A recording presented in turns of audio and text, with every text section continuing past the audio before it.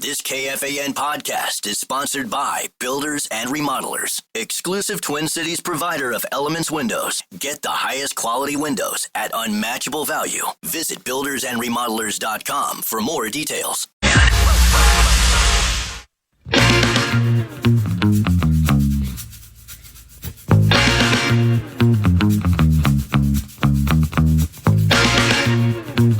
All right, it's happening. It's happening a lot sooner than I thought it was going to happen, and maybe I'm reading between the lines here. Here's Parker Fox at Parker Fox 24 via the tweet machine. It's Paul Allen filling in for Eric Nordquist at FM 100.3 KFAN. When I say it's happening, is now that I know this is public information, we can give you the trumpet and the applause for sure. But Parker and Taylor Heisey are getting married. So sneaky Parker, when he took that Mexico John, that vacation a couple of weeks ago, right? So that's where you proposed? No, that was the pump fake. Oh, that was the pump fake. Yeah, that was the triple threat pump Sneaky. fake. Oh, geez. Okay, yep. I'm missing that part of the equation. Yeah. So where did you propose? I proposed on White Bear Lake. On a dock. After. Okay. Yeah. So Mexico was... So the fake photo shoot, the whole thing you set up, yeah. She had to think it was coming. Oh, yeah. And then it didn't. And now all of a sudden she's looking at the basketball transfer portal. I always love that one.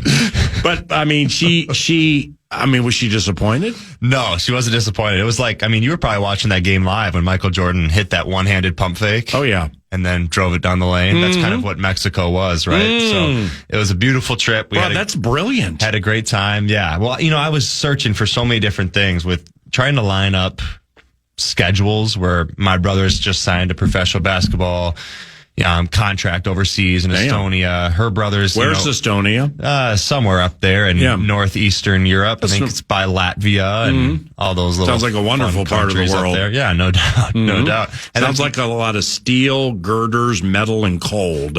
Probably. Yeah. I don't know what's going on up there, but I would assume there's a... Looks beautiful. Yeah, there you go. Looks all right. But then, her brother's playing basketball at Iowa State, and then the other one's at Winona State. So it's like, there's a lot of schedules here to try to grasp and make things work. And then the pump fake worked out well. And then we had this beautiful dinner with both of our parents and my brother.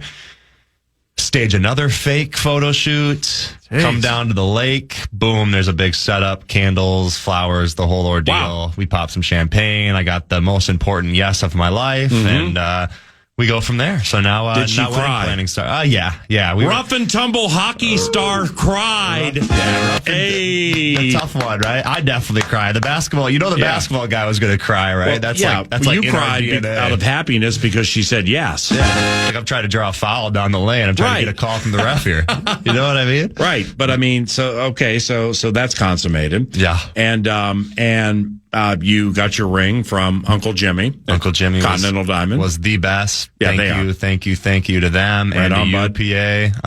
Couldn't have done it without you guys in Continental Diamond. It was flawless. She loves the ring. I find her multiple times a day, just looking down at her finger, and I'll grab it and look at her finger too. So we're very, very blessed for you guys. So thank you. And that doesn't just go for Parker. Go to Continental Diamond, St. Louis Park, if you need any form of jewelry, specifically if you're pondering proposal.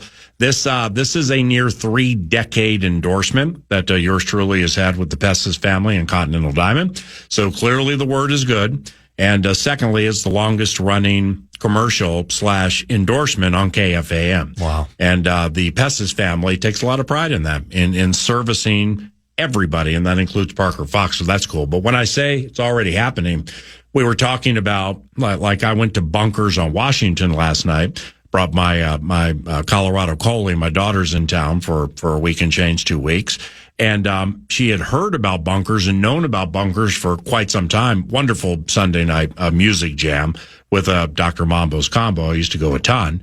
And she always wanted to go. Well, now she's of age, so she can go. So we went there last night. Sweet. Out a little late off vocal maintenance days to come in here Monday for 9 to noon. So we were talking about waking up and being overly tired. And you just started rattling through some things. Your knee hurts, ping pong ball, scar tissue thing in one knee. Hoping I don't have to have another surgery. Then you said something about the wedding off the microphone. Then you're like, oh, wedding planning's already started. Like, it's happening already. You're already getting stress over wedding planning. I know. And well, Taylor's, you know her well now, the type A personality that she has, she's trying to be on everything. Yeah, type A's want to do it all themselves. So let her do it all herself. Yep. Just say yes, right? That's the way to go. But, no, we've been tussling with locations and time of year and all that kind of, premature stuff. That really does matter, right? And you know how Minnesota summers go is you could get an awesome day or you could get a scorcher where it's 90 degrees and sunny and you're doing something outside and everybody's sweating to their knees. So hopefully we don't get one of those days, but we're looking towards something end of next summer, early next fall, something that works out for both families and have it be a real special time. Why don't we have it from the Winter Circle at Canterbury Park? So we have built-in seats and stands and places people can stand. Wow. Great idea. And so she'll walk up a stairwell from the jockey's room, and then she'll be in the Winter Circle, and you'll ride in with the ring on a white horse down the stretch. I got to learn how to ride a horse if that's the case, PA. I don't know if I've ever been up on one before. There are these mellow, these tepid, these calm horses. Yeah. Just got to get a white horse. You're rolling in on the white horse. Sweet. She waits for you in the white dress. Wow. Got all your dogs there and everything, all tucked out and everything. And totally. Here you come down the stretch on a white horse. You stop, you dismount. You come in there, you give the ring to the pastor or whomever's doing the wedding. Totally. I think that'd be cool. Wow. That would be be something else. I got to take a couple horse riding lessons. Maybe you and I can get on the back of one of those things. I don't know. Would you be there, PA, to call it like a race? They'd have to be, they're right? into the stretch, winning. Parker Fox wins it by 10 lengths. I don't think I'm capable of doing that because that's not the moment for sarcasm or one-liners. We got to get you ordained. But I am, believe it or not. I've actually done 3 weddings. Let's go. You ready for a 4th? With all due respect to everybody who does these, okay? And I'll just lay it out like this. I'm not very good at it, okay? It's not, God gives gifts, and I'm not necessarily saying that's one of mine. But I just really don't enjoy it. Yeah. I always love that one. So it's for everybody who I've done their weddings over the years. I just don't really know how to do it. You know what I mean? Totally. I've done it a few times. I'm not very good at it. I don't play confidently when I do it. Yeah. And it's because you want to put the one-liners in, but you know you can't. Yes. It's an un-one-liner environment. Yeah. So I actually am ordained to do that. I just don't enjoy doing it. And if I happen to be invited to your wedding and I can attend, then yeah, I would love that. That'd be cool. Wow. I just invited myself to your wedding. Well, you're already on the guest really list, sweet. but you're good to go, PA. Let's just say that. You've been on the guest list. But yeah, that'd be incredible. I don't know. I don't think I've ever, maybe once in my life I've rode a horse. Mm-hmm. And I don't know if I'd do it again. Those things, it's not very comfortable. I don't know if you're fit. I don't know if people your height. Is there a 6'8" jockey out there? What's the stirrups that I'm thinking about? Yeah. Unless you're going to go bareback and then be like, I do. Well, I think he can actually just jump up onto the horse. Yeah, there you go. That's mounting the horse is going to be the easy part, but staying on that thing and making the horse comfortable, I don't think that would be as. Oh, wait a second.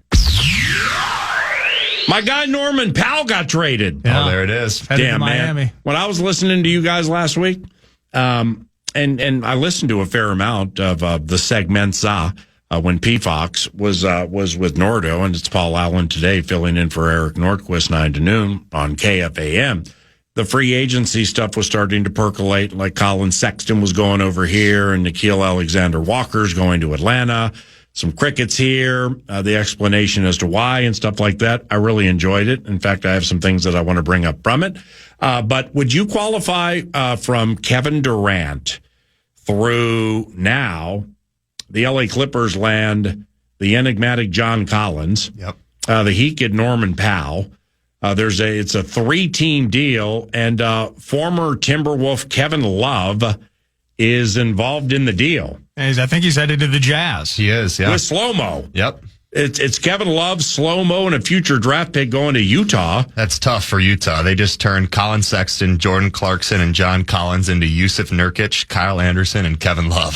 It's not going the right direction there if you're Utah. I would like to say that has to be salary shedding. Yes. But certainly. salaries have to match within like 15% in the NBA, I think. Yeah. So then, therefore, this would have to be this, and this fall off at the end of the year. And, then we got a bunch of money to spend on free agents because Lord knows all the free agents want to go to Salt Lake City. I always love that. Yeah, one. It says Utah created a $26.6 million trade exception. So that's moving in the right direction there. But if you're Utah and these vets that you're adding, I don't know. I guess you have so many young pieces. You got all these guards. You want to create space moving in the future. But I don't know if Yusuf Nurkic, Kyle Anderson, Kevin Love really help out your basketball team on the court. That's brutal, though. I mean, I picture like the NBA owners meetings and I don't know the name of the guy that owns the Jazz, but right now he's the guy that other teams look to like, man, we signed this bad contract. Oh, wait a second. You think the Jazz will take him? No, it's the guy. He's in like his third year of ownership. Ryan Smith. It's the super rich guy who owns the hockey team. Yep.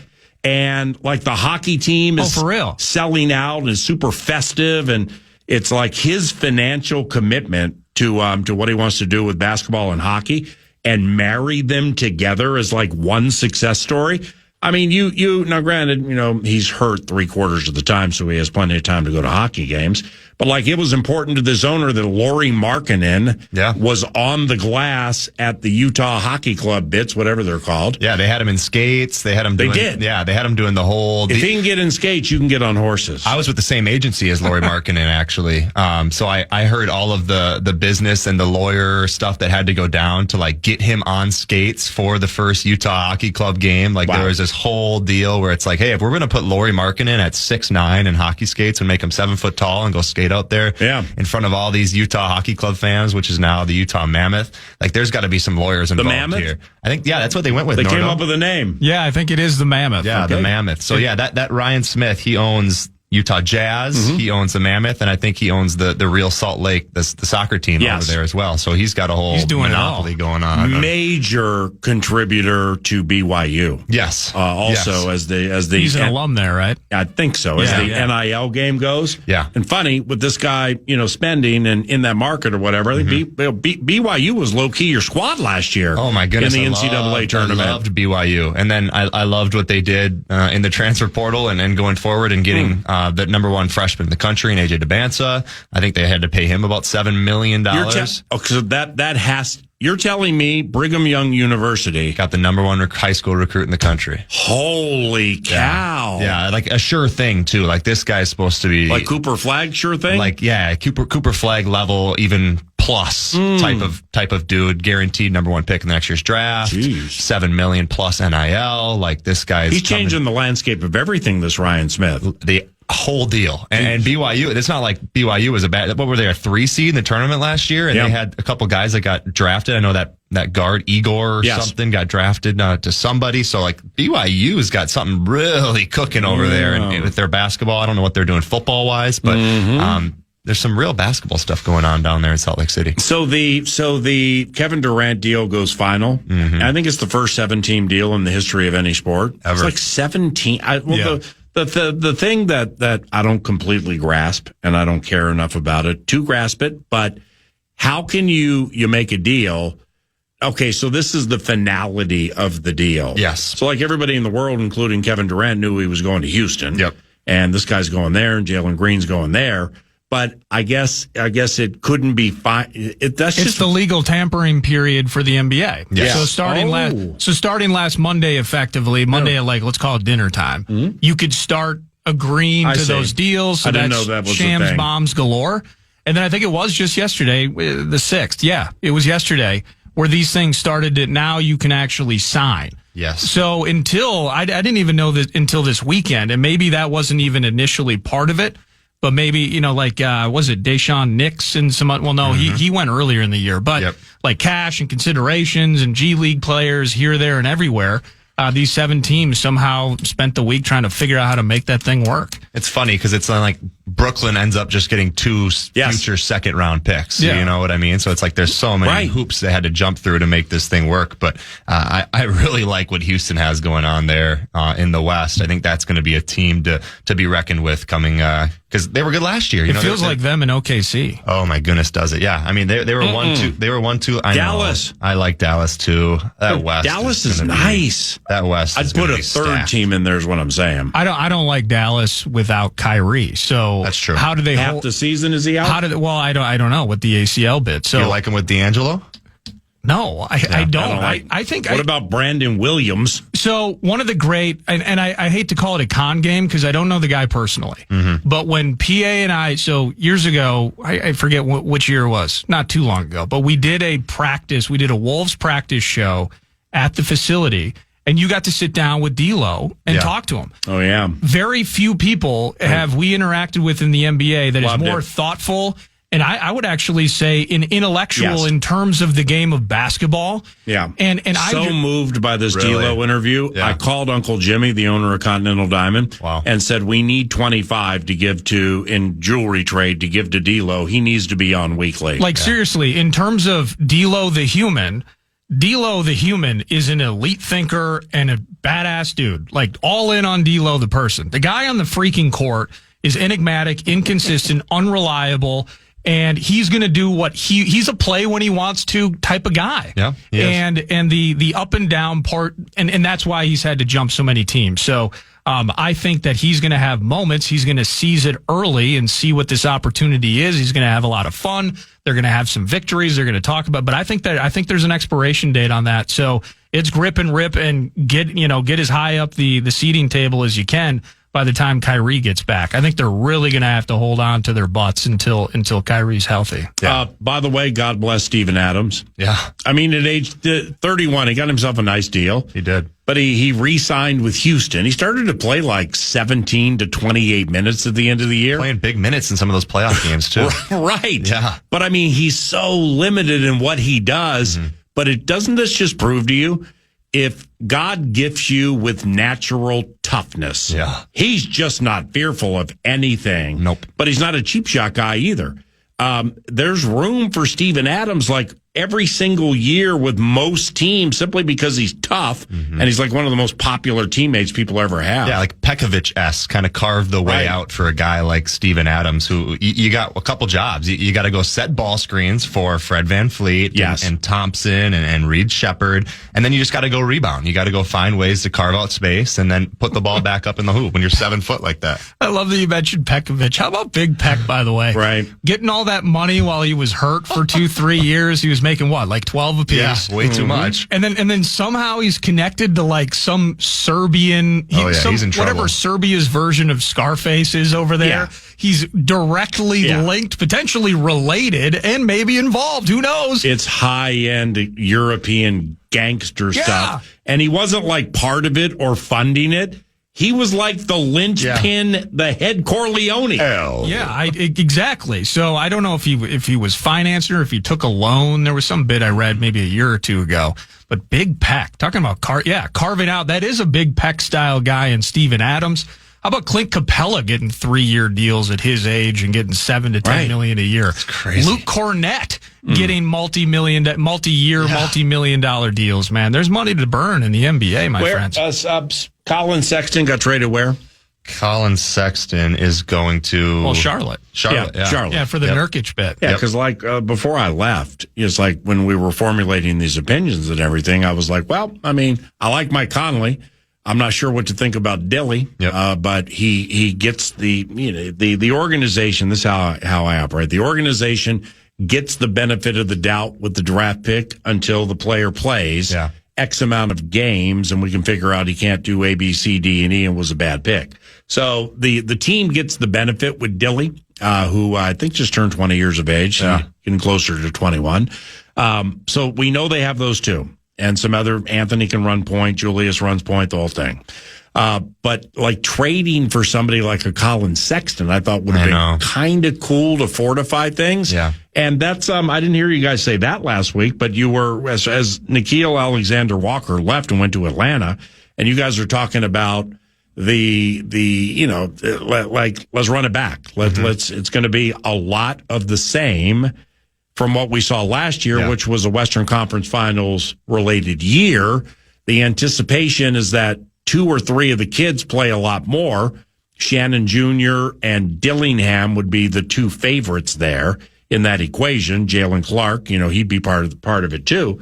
But just overall with the inactivity and things that have happened in the West, what do you think about the approach, and what do you think about their lot in life? Well, I mean, Nordo can correct me if I'm wrong, but I think we almost ran out of money in a way where it's like, it would have been great to go and sign a Colin Sexton or a Darius Garland or Alonzo Ball, but you just didn't have the money to do it, right? Like, it would have been great to bring Nickeil Alexander-Walker back, but you're now the 4th person who said to me, and I'm probably wrong here. Yeah. Who have said it would be great to sign Lonzo Ball. Yeah. Why? You're not sold on that, huh?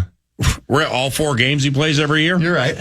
His injuries haven't been great, but there's a reason why Cleveland went out and got a guy like Lonzo to be a piece of what they want to do. To get bounced in the first round of the playoffs for a second consecutive year. Lonzo, I get what you're saying, and I 100% agree that the knees and everything has been an issue, but when healthy, he is a top 15 type of point guard in the NBA. He passes in 2K. I don't know about the reality of the game. In 2K, he's unstoppable. Yeah, you like playing with him in 2K, don't you? But I get pissed off because EA Sports isn't updating it enough, so therefore it's like, that's cool. When I play my son, I'm getting beat by the skeletal remains of Lonzo Ball, who hasn't played real basketball in 3 months, yet he's in the game. Yeah, but he's shooting it at a 40% clip, and he's handing out 10 assists per game for your EA Sports team. I don't know. That's sign me up for that one. Damn, man. There was but that's who's available, right? Last week. Yeah, that's who's available. Now, is Mike Conley movable? I mean, I don't know what the dollars are. So again, like, playing into that, like adding Alonzo Ball, we don't have the money for that kind of thing. We have some trade exemption bit for about $7-8 million. Maybe that's something you can use. I think there's like a year-long expiration date on that, so maybe that's something that plays into it. But yeah, we don't have the cash, PA, and Conley. If you can't really move that deal, it's just a 1-year bit. And of all the contracts the Jazz were willing to take on with this Ryan Smith dude, Conley's maybe wasn't one of them. So we couldn't make the Colin Sexton trade. But I think it does come down to, because of the finances, it is going to be a run it back, and then how this team gets better organically. And then can Ant finish at the rim better? What's Ant's mid-range? We're going to have those types of conversations into the season. What did Julius Randle learn from being defended by OKC in the manner that he was? And then the 3 minutes, what do you call it? The ball of butcher knives in Terrence Shannon Jr. Can he turn 3 minutes, 3 buckets, and 3 fouls into 20 minutes every night? I think it's going to be an organic growth process for the Howl. Yeah, you have to hope that a guy like Rob Dillingham can really step up next year. Obviously Jalen Clark's a guy that I love, especially in the defensive end. When you look at what the identity of this Timberwolves team has to be, they were a top 6 defense last year. You have to find a way to even improve that more. You have to be a top 5, top 4, top 3 type of defense, because you don't have the pieces to go out and score 130 with the Houston Rockets or go to Oklahoma City and try to outscore those guys. You have to find a way on the defensive end to be excellent, and then you need guys like Nas and you need guys like Rudy and Julius to really be solid inside, because what you want to do is you want to make the game dirty, you want to make it physical, you want to make it big boy basketball. That's the identity of the Minnesota Timberwolves. You don't have the money to go out and get somebody at the guard position that can help you out right now. So you have to find ways with what you have to, quote unquote, run it back. Yeah, we couldn't even afford Tyus Jones, Pierre. I know.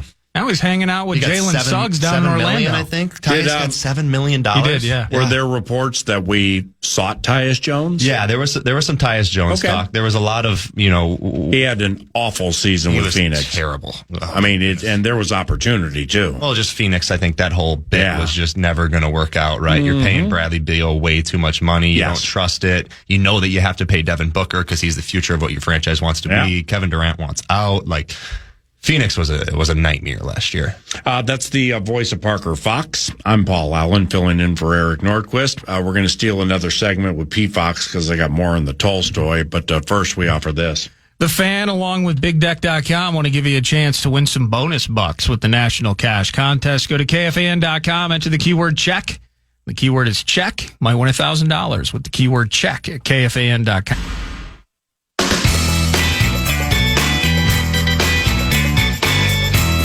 So is there steam, or what is the steam, or what are the thoughts and or feelings about Damian Lillard? And I mean, skeletal remains of Damian Lillard, fair way to put it, at this stage of his career. But, I mean, Milwaukee booted him out of the Covenant, so I believe he's there. He's there for the taking for everybody, right? Yeah. Damian Lillard. I mean, is that something that would intrigue anybody here?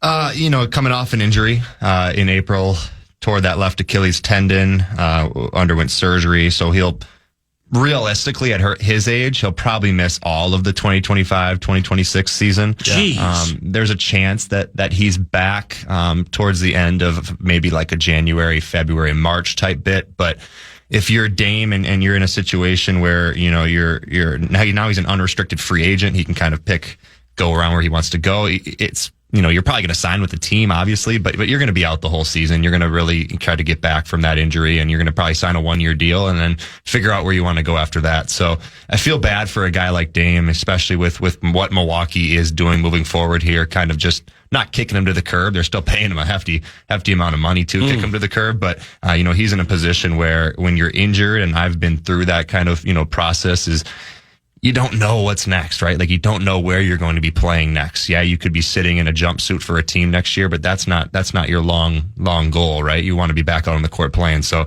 a guy like Dame is in a really, interesting situation, because he's still a real killer in this league. Like, Dame Lillard's a guy that could be added to a team and really propel them forward. If he's able to recover from that injury in the right way. I know that he's older, but he's still just 34. I mean, you're watching Harden. And his ability to shoot, his ability to pass, does that give any thought to the idea that he can come back and still play 3 or 4 high-end seasons with his shooting, where he's not necessarily going to be asked to get up and down the court like a bolt of lightning, but he can shoot it, and he's one of the smarter players in the game, so you miss him for a year, comes back. I saw steam, though, that he might be there might be some interest from the Celtics specifically, that might be a piece that they try to throw in their pocket for when he's healthy. I'm all over that. If you're the Boston Celtics, this is a guy that's 4th all time in 3-pointers made. He's a 25-point per game scorer. He's a 7-time All-NBA, 9-time All-Star. Like, this isn't some random guy that just got hurt and we're thrown to the curb here. Like, this is a guy that can. He's been around the league. He can be a vet. He can. I don't know who Boston has at that guard position that they're kind of up in training. Yeah, no doubt. So that would be, that shooting in that backcourt. Goodness gracious, especially if Ant propels himself the way he has been propelling himself from the 3-point. I don't know. That clears up a lot of space as well for Anthony Edwards to attack gaps when you have a point guard that can spread the floor. Like, I love that idea. What's he going to be worth, though? What's he going to be worth in a couple of years? You know what I mean? Well, he's going to be right back up to 35 or 40 million, right? Yeah, exactly. I wonder what it would take to get Giannis. Giannis has to be bitter right now. And Miles Turner, welcome to the family. We've talked about Miles Turner. We like Miles Turner. But when you know that Kevin Porter is trying to string together a career resurrection tour, and you got Gary Trent Jr., those are your 2 guys starting in the backcourt. If I'm Giannis, I'm thinking, glad we won a title here. Love Milwaukee. Great brewery scene. But what on earth are you guys doing to get me back into relevance in the East, man? What would it take to get Giannis? I want Giannis now. Yeah, I think it would probably take Naz Reid and Julius Randle. It would take a ton of stuff. I think anywhere we'd gut the team. Anywhere he goes is there's a lot of things having to happen. But I don't know what Milwaukee has moving forward. If you're Giannis, you're probably looking at this as, is Jericho Sims helping me? Is Brooke Lopez left? Is Gary Harris helping me? I don't think so. Where do I have to go to try to win a championship? Because Giannis he's in the prime of his career. He's a guy that everybody across the league would love to add that contract to their roster. Well, with the Wolves, when we say roll it back out, run it back, same bit, elevate some of the kids, that's here. Go to the Eastern Conference. And I'm not saying, that's how it's going to be here, unless there are like trade deadline moves during the season or whatever. But it's okay. The Western Conference and the Eastern Conference are, in my estimation, dramatically different. Best team in the NBA is in the Western Conference. I think Dallas is heading the right way. Which team did you mention earlier? The one of the two in the Houston? Yeah, Houston. Yeah, Houston's heading the right way. Yeah. As Golden State and the LA Lakers and Phoenix, to a certain extent, with Phoenix disintegrate. Mm-hmm. Yeah. Portland, I think Portland has some potential. Yeah. So like Sacramento has some potential. Do you like LA? Do you like the Lakers bringing in Ayton and now John Collins with No. Luka and LeBron? That doesn't intrigue you? Okay, well, what's going to be different? I mean, LeBron's going to. We talked about it when we would mess around, but it was fact. In the fourth quarters of games in the playoffs, LeBron James' vertical was no higher than 15 inches. Right. On layups, he had no vertical. He couldn't get up. Yeah. Luka was out of shape for the 10th straight year. Yeah. So I guess their training staff and strength and conditioning, we're going to be the ones. We can get through to him. Yeah. So why would that be different? John Collins misses more games than Lonzo Ball. And DeAndre Ayton is nice. I mean, he scores, he rebounds, not a big shot blocker, good field goal percentage, gets to the line. He ain't that great. You know what I mean? The funniest bit for me in the NBA is every offseason you hear, Luka Doncic dropped 20 pounds, looking lean, looking strong. Well, that would be fantastic.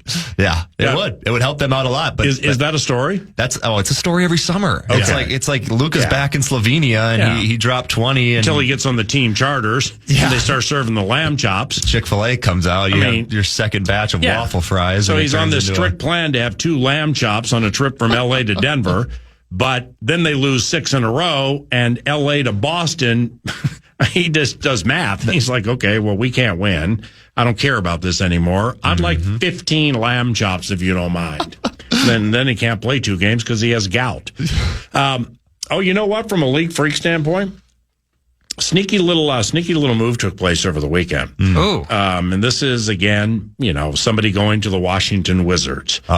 Where, like, my man who was drafted and went to Utah from Rutgers. Ace Bailey? Yeah. Well, the steam was he wanted to be drafted by the Wizards. I always loved that one. I'm like, really? Yeah. I haven't heard somebody say that since Elvin Hayes played for the Bullets and somebody wanted to run alongside him.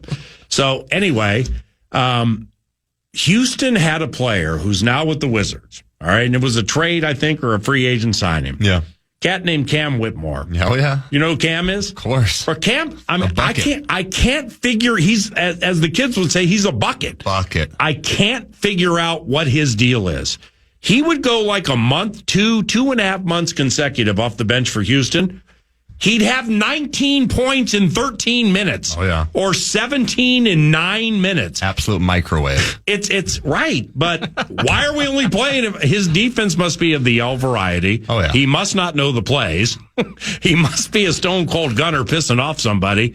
Because how you come in and score the points Cam Whitmore scores in that short amount of time, unless Houston undervalued him. Yeah. Probably. And now he goes to the Wiz, where they're begging for anybody to be a bucket. Hometown kid. Right. He's from Baltimore, right? Or Maryland, right? Mm-hmm. So Cam Whitmore to the Wizards. I'm not looking for Wizards fan line analysis, just dropping some league freak futuristic potential knowledge as we cast our gaze towards things coming our way. So in closing, with Terrence Shannon Jr. and let's, because we saw his fearless nature in the postseason. Totally. Limited for sure, but I really liked when he came into these games and everybody was pear shaped. Yeah, and he's like, I don't care. Yeah, I am a rolling ball of butcher knives, and if you get in my way, you're going to get cut. One speed might go off his knee occasionally, but he also might dunk on you 2 other times. Oh yeah. Okay, Jalen Clark established his identity more so during the season than in the postseason, where he played a little bit, but then just like with Jalen, and you would know about this better than us. It's Jalen's perimeter defense, his overall defense. I think he can be a really good rebounding guard, like high end if he played significant minutes. But there would be times in the playoffs or the OKC series where you could just visually tell he didn't know what to do on offense. And it's not that he didn't know the plays. He would get a rebound. It's the quick twitch. It's the instinct. Yep. get a rebound, and instead of like go to the basket and try to draw one, he would dribble it out with like 4 on the shot clock. So things like that need to be tightened up. He's not the first in the world to, have this thing hit him like a 2x4. It's like, wow, it's fast, man. I just got to calm down. Dillingham is such a wild card for this team. Such a wild card. And I mean, his like shooting and hitting 3-pointers. Heart of heart, I don't think that's ever going to be a thing with him. Now, it hasn't been a thing with John Morant either, and he's super well respected. It's true. But like with Dillingham and whatever he does in the offseason, the opportunity will be there. Yeah. What do you envision as being the obvious positive to the next step? Yeah, I think more just solid play from Dillingham, right? You talk about, I like the Ja Morant comparison, but Ja can also jump 40 inches in the air and go put it on your head. Like, that's not what Rob Dillingham's going to do, right? Now Rob Dillingham can finish outside of his body. He can make those tough little floaters. I think if you look at the Wolves roster in general, I think you just have to say, hey, our guards are going to be by committee. Right? Like if Dante's having a game, he can slide over the one. If Mike Conley is 38, 39, 40 years old and he's really playing well and he's facilitating the ball, okay, let's play him a couple more minutes. If Jalen Clark is having to guard a Ja Morant or a Tyrese Halliburton or whoever it may be at the guard position and he's defending at a high clip, okay, let's let him run. If Terrence Shannon Jr. is running wild, I think, you know what I mean? I think it just has to be this by committee type of guard play. You have enough pieces there that you trust and that you can go to. But like you said, I think Rob is that real wild card. I think every Timberwolves fan really wants to see the step that Rob Dillingham can make this year because he's showing throughout his past couple of years at Kentucky and in his high school stuff, like he can hoop. Like his ball handling his speed while dribbling with both hands is unbelievable. Unbelievable. It's almost Kyrie-esque, right? Now Kyrie is an incredible shot maker, finisher at a different level. If Rob Dillingham can take any piece of that and learn how to create from a guy like Mike Conley, like I think he's in an awesome position, right? Like learning from Mike Conley, position. 100%. So now can you take that jump next year and turn that couple minutes a game into, hey, I'm into the 20 minutes and I have 8 assists and I've scored the ball a couple times and I grabbed a couple sneaky little rebounds and I have a steal. Like if you can consistently do that over time, like it's only going to go up, right? It's only going to be positive for this Wolves team. All right. In closing, because I'm tangential today, first day off a layup, vocal maintenance days, don't add us. So I said, if the Timberwolves, they're going to run it back, roll the ball out, same squad as last year, elevate the kids, we think we'll be better. Cool. Western Conference is different than the East. If I'm personally speaking, and if I'm missing something here, I apologize. If I'm an Indiana Pacers fan, if I'm Tyrese Halliburton, and like, why? I'd be like, Miles, why? Why did we do this? What was wrong with what we had? I know. I feel so bad for him. I really feel bad for not only Tyrese Halliburton, but the Pacers alone. It's like you get to a point where it's like, you almost could have done it, man. Like realistically, if Tyrese doesn't get hurt, like you could be hoisting Larry O'Brien. Correct. And all of a sudden it's gone because you're not going to get any Tyrese next year. Miles Turner's gone. Like, Tyrese and the Achilles. Yeah, and you got some pieces, right? Like you have a Nemhard, you have Pascal, you have Neesmith. So you still have pieces over there. But if you don't have 5, 6, 7 pieces, you only have 3, 4 pieces. You can't compete. So I feel bad for the Pacers. I feel bad for Tyrese because I don't know if they ever get back to that point. It's a conversation for a different time, but like the way Boston fell off and Tatum got hurt, right? Now we're moving people. It's a transition there. The Knicks fired their coach. They're good, not great. Miami, love the coach. Immortality, good, not great. Milwaukee, I mean, it's right there for the Cavs. Yep. It is. And your guy, who's the one to get him over the hump? Well, Lonzo Ball. That's all they needed was the pop at the point. They're not losing the first round this year, but don't sleep on that New York team, too. Don't sleep. Lonzo and Spidey, though. You're the best. Hey, congratulations to you and Taylor. Thank you. Love both you guys a ton, man, and very, very happy that you did it the way you did it. And I look forward to seeing you soon, all right? Love you. Yep, love you too. Parker Fox, weekly 9 to noon on Mondays. Final segment after this. And common man, no show prep, no solid plan. Spins a yarn, regains a tale. Yes, a daring approach won't fail. Tune in, it's time for Common Man. Common man, charms the housewives like no one can. What you shoot, where we play. Non-stop nonsense on deck today. Tune in. It's time for Common Man. Oh, boy. Why should anybody aspire to be a common man, an average man? Do you realize what it means to be average? That means you're the best of the lousiest, and the lousiest of the best. Now, if we demand more and more for producing less and less, while the have-not nations encourage and inspire and indeed require hard work and maximum effort, if we deify the common men while they encourage and reward the uncommon ones, well, the end result of such a lopsided race as that is too obvious to require elaboration. I mean, it's like, hello? Welcome back to the spotlight, young man. Out of hundreds of deals that I've done. Hundreds. Well, I read the USA Today and I read the New York Times, and I read those both every day. And I listen to music. I wouldn't really. I mean, it wouldn't do me any good to listen to talk shows, because what's great about America, everybody has an opinion. You know what I mean? But what's also great about America, you don't have to listen to them, and that's the great part. Cat right X, cat right X.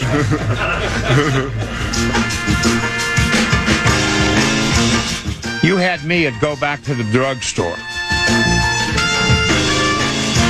Playoffs? You kidding me? Playoffs? What are you talking about? Playoffs? You mean playoffs? Yeah, I always loved that one.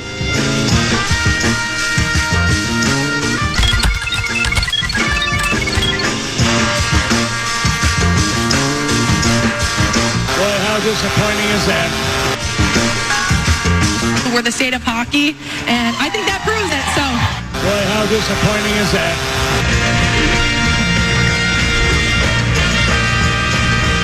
I'm going to say something controversial. That's interesting. Time for 2 more questions, guys.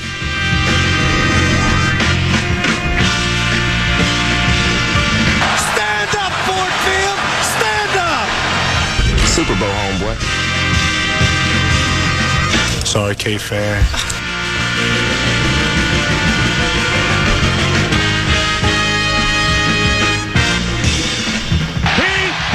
No chance.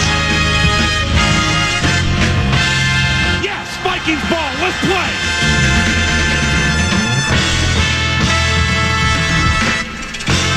Welcome back to the spotlight, young man. He's the clown from Brown. He's the 4th in the North. Not even close, my This is the common man, Dan Cole. I'm not suggesting I'm number 1 with a bullet or anything like that. I'm not Moonlight. Talk about number 1 with a bullet. Wait till you hear Moonlight. Drum begins in 5. Actually, 3 probably sounds like more than 4. Greetings, good afternoon, and ack, and dak, to you and yours.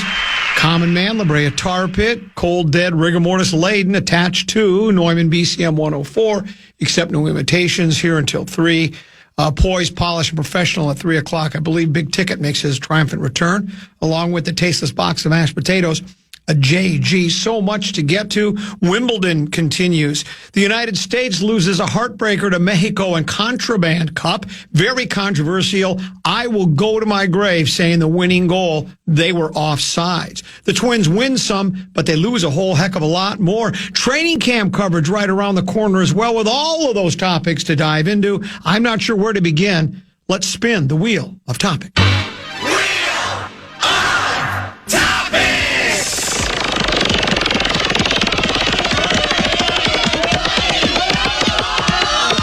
Commons golf games. I did play, and I'm back. What did you shoot today? 4 over 76. Where'd we play? Loggers Trail. Where'd you hit it on? 1? Right up the gut. How far from the green were you? I had a 7-iron in my hand. Second shot? I hit it left, of all things. Right or left? Left. Then what? I hit not a great wedge, but a nice, soft, delicate wedge from the thick rough in the collection area left. Went about, I bet, 10 feet by. Then what? Buried the 10-footer. The club was my brush. What'd you hit for your second shot at 18? I hit a 8-iron. Then what? The birdie putt just hung on the lip, just short. Incredible. Yeah, it was really good today. It started to come back yesterday after rock bottom 4th of July No, wait. What day was it? Yeah, 4th of July, rock bottom at Royal Club. I bet my putter. No! I lost my temper. I'm not proud of it. I used to be on a first name basis with the repair department in Phoenix.